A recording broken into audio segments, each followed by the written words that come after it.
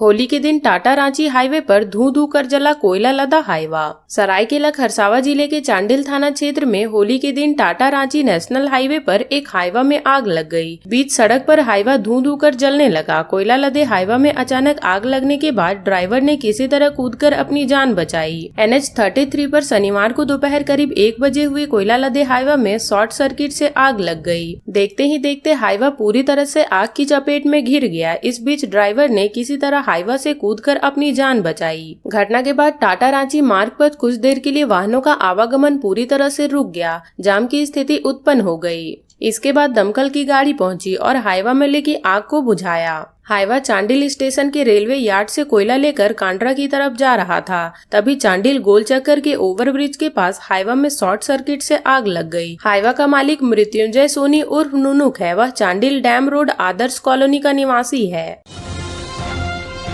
गिरिडीह में होली जुलूस पर पथराव के बाद आगजनी करने वालों की तलाश, भाजपा सरकार ने बोला हमला। गिरिडीह में होली के जुलूस पर पथराव और आगजनी करने वालों की तलाश में पुलिस जुट गई है। जिले के घोड़थम्बा ओपी क्षेत्र में 2 समुदाय के बीच विवाद हुआ था। इसके बाद होली के जुलूस पर पथराव किया गया और आसपास की दुकानों में आग लगा दिया गया। इस घटना के बाद क्षेत्र में भारी संख्या में पुलिस बल को तैनात किया गया है। पुलिस ने शनिवार को बताया कि घोड़थम्बा इलाके में शुक्रवार को होली के जुलूस के दौरान 2 गुटों में झड़प हो गई थी, जिसमें कई लोग घायल हो गए थे। झड़प के दौरान कई दुकानों और वाहनों को जला दिया गया था। गिरिडीह के पुलिस अधीक्षक विमल कुमार ने बताया कि स्थिति अब पूरी तरह से नियंत्रण में है। माहौल बिगाड़ने वाले और झड़प में शामिल लोगों की पहचान की जा रही है। जल्द सभी को गिरफ्तार कर लिया जाएगा। पुलिस उनकी तलाश में जुट गई है। एसपी ने कहा कि दोषियों के खिलाफ कड़ी कार्रवाई की जाएगी। एसपी ने कहा कि इलाके में शांति बनाए रखने के लिए बड़ी संख्या में पुलिस बल तैनात किया गया है। इस बीच भारतीय जनता पार्टी की झारखंड इकाई के अध्यक्ष और नेता प्रतिपक्ष बाबूलाल मरांडी ने इस घटना के लिए राज्य सरकार को जिम्मेवार ठहराया है। उन्होंने सोशल मीडिया साइट एक्स पर लिखा, गिरिडीह के घोड़थम्बा में होली जुलूस पर पथराव और आगजनी की दुखद घटना हेमंत सोरेन सरकार की त्रुटिकरण की राजनीति और प्रशासनिक तंत्र की विफलता का नतीजा है।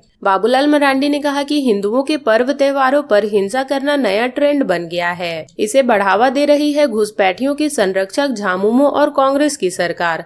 नेता प्रतिपक्ष ने कहा कि हर हिंदू पर्व त्योहार में हिंसा उन्माद की घटनाएं देखकर ऐसा लगता है कि राज्य सरकार खुद हिंदू विरोधी तत्वों को हिंसा के लिए प्रोत्साहित कर रही है। पर्व त्योहारों से पहले की जाने वाली शांति समिति की बैठकें प्रशासन के फ्लैग मार्च सिर्फ औपचारिकता बनकर रह गए हैं। पूर्व मुख्यमंत्री ने कहा कि प्रदेश में शांति व्यवस्था बनाए रखने में मुख्यमंत्री हेमंत सोरेन फिसडी साबित हो रहे हैं। पहले ही हेमंत जी ने अधिकारियों को विधि व्यवस्था बनाए रखने का निर्देश दिया था। इसके बावजूद गिरिडीह में अप्रिय घटना को अंजाम दिया गया। शासन प्रशासन पर उनका कोई नियंत्रण नहीं रह गया है। केंद्रीय मंत्री और कोडरमा की सांसद अन्नपूर्णा देवी ने कहा कि स्थानीय प्रशासन की लापरवाही के कारण गिरिडीह के घोड़थम्बा में स्थिति बिगड़ी। केंद्रीय मंत्री ने कहा कि प्रेम और भाईचारे के पर्व होली पर कुछ असामाजिक तत्वों ने सांप्रदायिक सौहार्द को बिगाड़ने का प्रयास किया है। यह दुर्भाग्यपूर्ण है।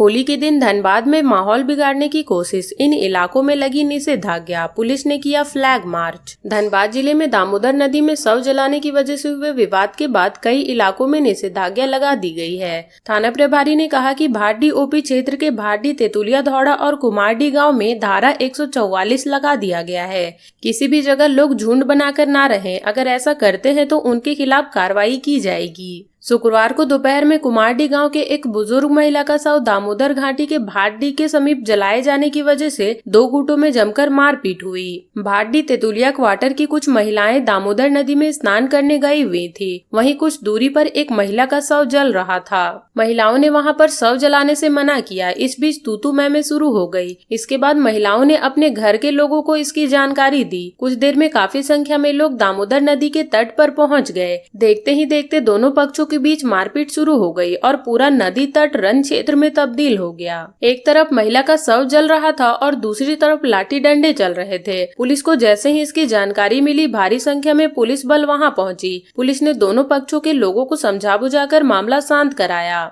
इसके बावजूद शनिवार सुबह एक पक्ष की ओर से माहौल बिगाड़ने की कोशिश की जा रही थी, लेकिन पुलिस ने तत्परता दिखाई और स्थिति को नियंत्रण कर लिया। पुलिस ने भाटडी ओपी इलाके में धारा 144 लागू कर दी। पूरे इलाके में पुलिस ने फ्लैग मार्च किया और लोगों को हिदायत दी कि वे अपने घरों से बाहर ना निकले।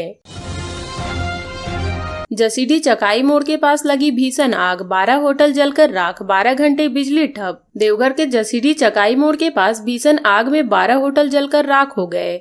आग की लपटें इतनी तेज उठ रही थी कि दूर से ही इसे देखा जा सकता था। घटना शुक्रवार की रात करीब 10:30 बजे हुई। अगलगी में फुटपाथ पर चल रहे 12 होटल और गुमटी पूरी तरह से जलकर राख हो गए। जैसे ही लोगों ने आग देखी, अपने स्तर से उसे बुझाने की कोशिश शुरू कर दी। आग बुझने की बजाय और फैल गई। इस दौरान अग्निशमन विभाग को इसकी सूचना दी गई। सूचना मिलते ही आधे घंटे में दमकल वाहन पहुंचा और अग्निशमन कर्मियों ने आग बुझाना शुरू कर दिया। एक एक कर 4 दमकल की गाड़ियां पहुंची और देर रात करीब 2 बजे तक काफी मशक्कत के बाद आग पर काबू पाया गया। अगलगी की इस घटना में एक होटल में गोपालपुर निवासी दशरथ दास की स्कूटी रखी हुई थी। स्कूटी भी जलकर राख हो गई।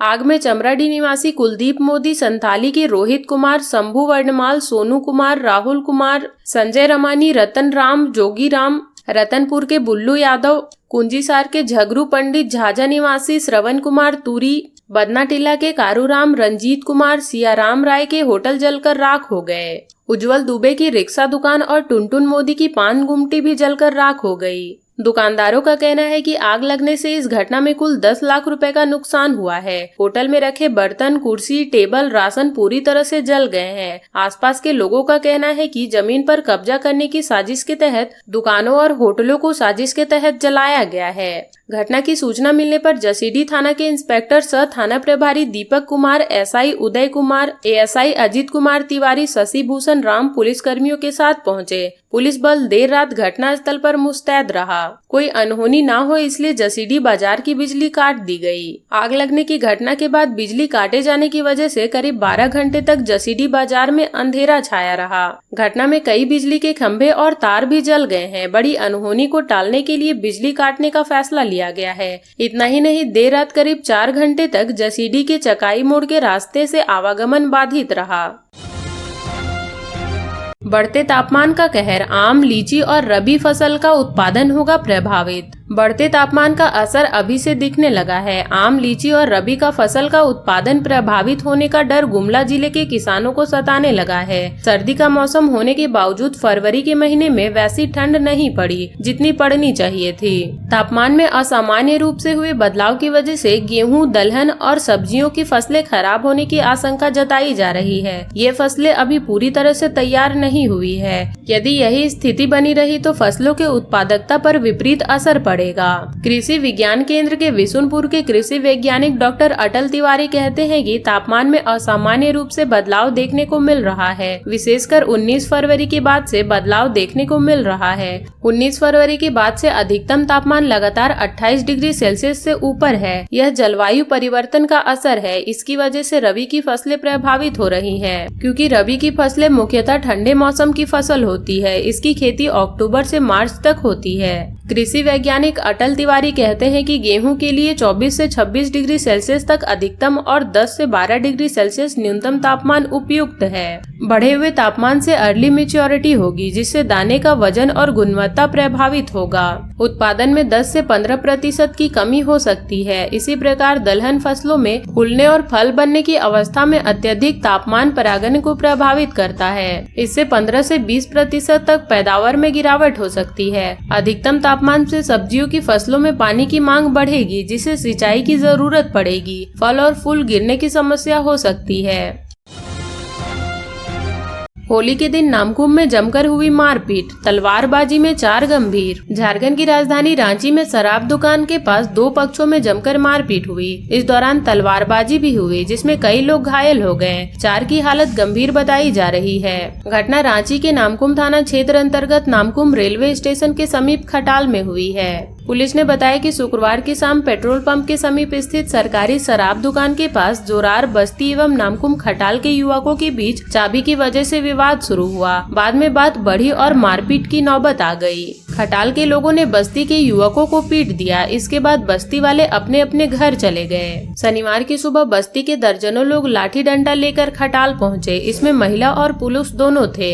ये लोग खटाल गली में घुस रहे थे, तभी खटाल वालों को इसकी जानकारी मिल गई। खटाल के लोग भी एकजुट हुए और बस्ती वाले के साथ मारपीट शुरू कर दी। इस बीच एक पक्ष के लोगों ने दूसरे पक्ष पर तलवार से वार कर दिया, जिससे कई लोग घायल हो गए। 4 की हालत गंभीर है। सभी को अस्पताल में भर्ती कराया गया है। दोनों पक्षों में हुए विवाद को देखते हुए पूरे इलाके को छावनी में तब्दील कर दिया गया है। तलवारबाजी की सूचना मिलने के बाद शुक्रवार की रात से नामकुम थाना प्रभारी इंस्पेक्टर मनोज कुमार के नेतृत्व में इलाके में पुलिस बल को तैनात किया गया है।